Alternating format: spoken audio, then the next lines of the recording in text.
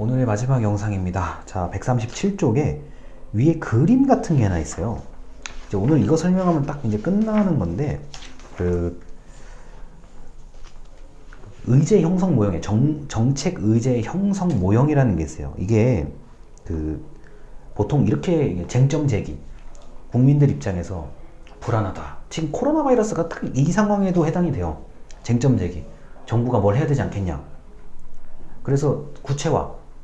자, 방역 지침을 오늘부터 말씀드리겠습니다. 1단계, 2단계, 2.5단계, 3단계 구체화예요. 자,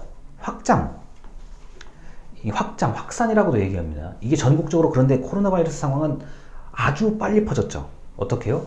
마스크를 쓰고 다니세요. 그리고 국민들, 이게 개인의 어떤 문제도 있기 때문에 국민들이 즉시 협조하잖아요. 그 다음에 바로 진입했죠. 어떻게 해요? 정부 의제로. 이거는 바로 진입한 경우가 이 코로나 바이러스예요. 아주 짧은 시간에, 야, 지금 불안해, 큰일 났어, 어떻게, 알았어, 대책 마련, 자, 마스크 쓰십시오. 그 다음에 바로 진입이에요. 어디에? 정부 의제로. 그래서 어떻게 돼요? 지금까지 심각하게 고민하고 대책을 시행하고 있는 게 바로 이 코로나 바이러스 상황인데, 이게 의제 형성 모형이 어느 정도 또 딱 맞아떨어지는 사례예요. 자, 이제 외부 주도 모형에 대해서 말씀드릴게요. 137쪽의 맨 위에 줄입니다. 이게 뒷장에 설명이 자세하게 나와 있는데 굳이 그렇게까지 몰라도 돼요. 이거는요.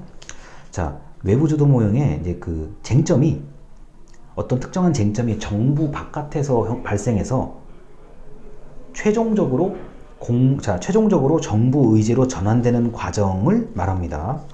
자, 그림의 짤막짤막한 문단을 제가 읽어드리고 있는 거예요. 외부 주도, 쟁점, 정부가 뭘 좀 했으면 좋겠다라는 그런 여론이 정부 밖에서 형성돼서 이게 정부 의제로 전환되는 경우, 외부 주도 모형입니다. 이런 것들이 많아요. 예를 들어서 그러니까 주민들이, 우리 동네 제발 이거 좀 있었으면 좋겠어, 이거 좀 없었으면 좋겠어, 우리 동네는 이게 너무 불편해. 외부 주도 모형이잖아요. 자, 지방자치단체 밖에서 쟁점이 형성돼서 이게 여론이 좀 발생하니까, 그래? 그럼 이거 우리가 해결해야지. 의제로 전환된 거죠. 그 다음 동원 모형. 자, 동원 모형은 이제 이런 거예요. 정부에서 쟁점을 만들었는데, 이게 정부만으로는 힘이 좀 부족해요. 그래서 국민들에게 설득하고 협조를 구하고 동원하는 방식, 이게 동원 모형입니다. 자, 저희가 코로나 바이러스 상황을 정부가 혼자서 하기에는 여러 가지로 어려운 점이 있으니 국민 여러분, 이동을 자제해 주시고 마스크를 써주시기 바랍니다. 이게 동원 모형이에요. 물론 이 코로나 바이러스는 이 지금 세 가지 모형이 다 해당이 되기도 하는데 동원 모형이에요. 이런 부분이 있었어요. 정부 혼자서 아무리 공무원들, 물론 공무원의 숫자가 많고 어쩌고저쩌고 하지만 어떻게 해요? 그것만으로는 사실 말도 안 되게 부족한 거잖아요. 제발 마스크 쓰세요, 이런 거.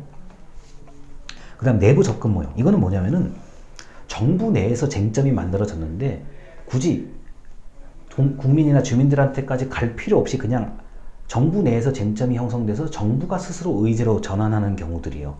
내부 접근 모형은 보통 법률을 개정하거나 이런 거 있잖아요. 인사이동, 이렇게 이번에는 이쪽에 있던 사람을 저쪽 부서로 보낸다, 이런 것들이 내부 접근 모형이죠. 그래서 내부 접근 모형에 해당되는 정책 의제들은 일반 국민 입장에서는 모르는 게 당연하고요. 별로 관심이 없는 것들이요. 자, 그래서 이 의제 형성 모형의 세 가지 유형, 외부 주도 모형, 동원 모형, 내부 접근 모형 세 가지가 있고요. 요거는 객관식 시험이라는 데 잘 나와요. 잘 나오는 건데, 제가 딱 필요한 얘기만 드린 거고요. 이 의제 형성의 방법은 굉장히 다양하게 나타나고, 이게 뒤섞이는 경우들도 있어요. 똑부러지게 내부 접근 모형이라고 보기도 어렵고, 이런 것들이 좀 있는데, 그건 이제 현실적인 차원에서의 얘기고요. 여러분들 입장에서는, 공부하는 입장에서는, 정책 의제 형성 모형이 세 가지가 있구나. 각각의 특징이 뭔지만 알아두시면 이거는 별로 어려움이 없습니다. 예를 들어서 내부 접근 모형 이런 거예요.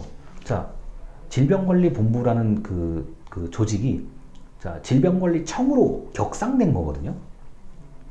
한 번쯤 들어보셨을 거예요. 질병관리본부가 질병관리청으로 명칭이 바뀌었잖아요. 이거는 내부 접근 모형에 해당되는 얘기예요.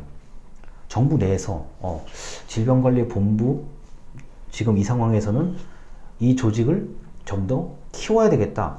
정부 안에서 쟁점을 만들고 정부 안에서 의제로 전환해서 질병관리청이 됐잖아요.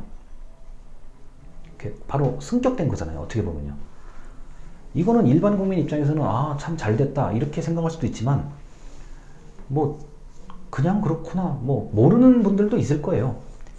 이게 이제 내부 접근 모형이라고 보시면 되고, 마스크 써주세요, 좀 이동을 자제해 주세요, 이게 이제 동원 모형의 개념인 거고, 외부 주도 모형은 이거 너무 불안하다, 우리가 너무 불안한데 정부에서 좀 해줬으면 안 되겠냐, 이게 외부 주도 모형의 개념이에요. 그래서 의제 형성 모형이 굉장히 중첩, 이게 겹쳐서 나타날 수도 있고, 정책 의제마다 이게 전부 모양이 모습이 다 다를 수도 있어요. 왜냐? 사회 문제가 한두 개가 아니거든요. 아까 얘기 드렸지만 내가 맡은 업무도 있고 이 사람이 맡은 업무가 다 업무마다 정책 의제가 다 다른데요. 수많은 정책 의제들을 어떻게 하나의 유형에 다 몰아넣을 수가 있냐? 그건 아니에요. 중첩되어 있는데 어떤 정책 의제는 외부 주도 모형의 성향이 강하고 어떤 정책 의제는 내부 접근 모형의 성향이 강하다로 이해를 하시면 되겠습니다. 자, 그래서 이제 여기까지 얘기를 하고 우리가 이제 뭐 143쪽 그리고 144쪽의 그림, 정책의 창에 대해서는 우리가 그 직전 영상에서 설명을 드렸기 때문에 제가 뭐 따로 더 말씀을 드리진 않겠습니다.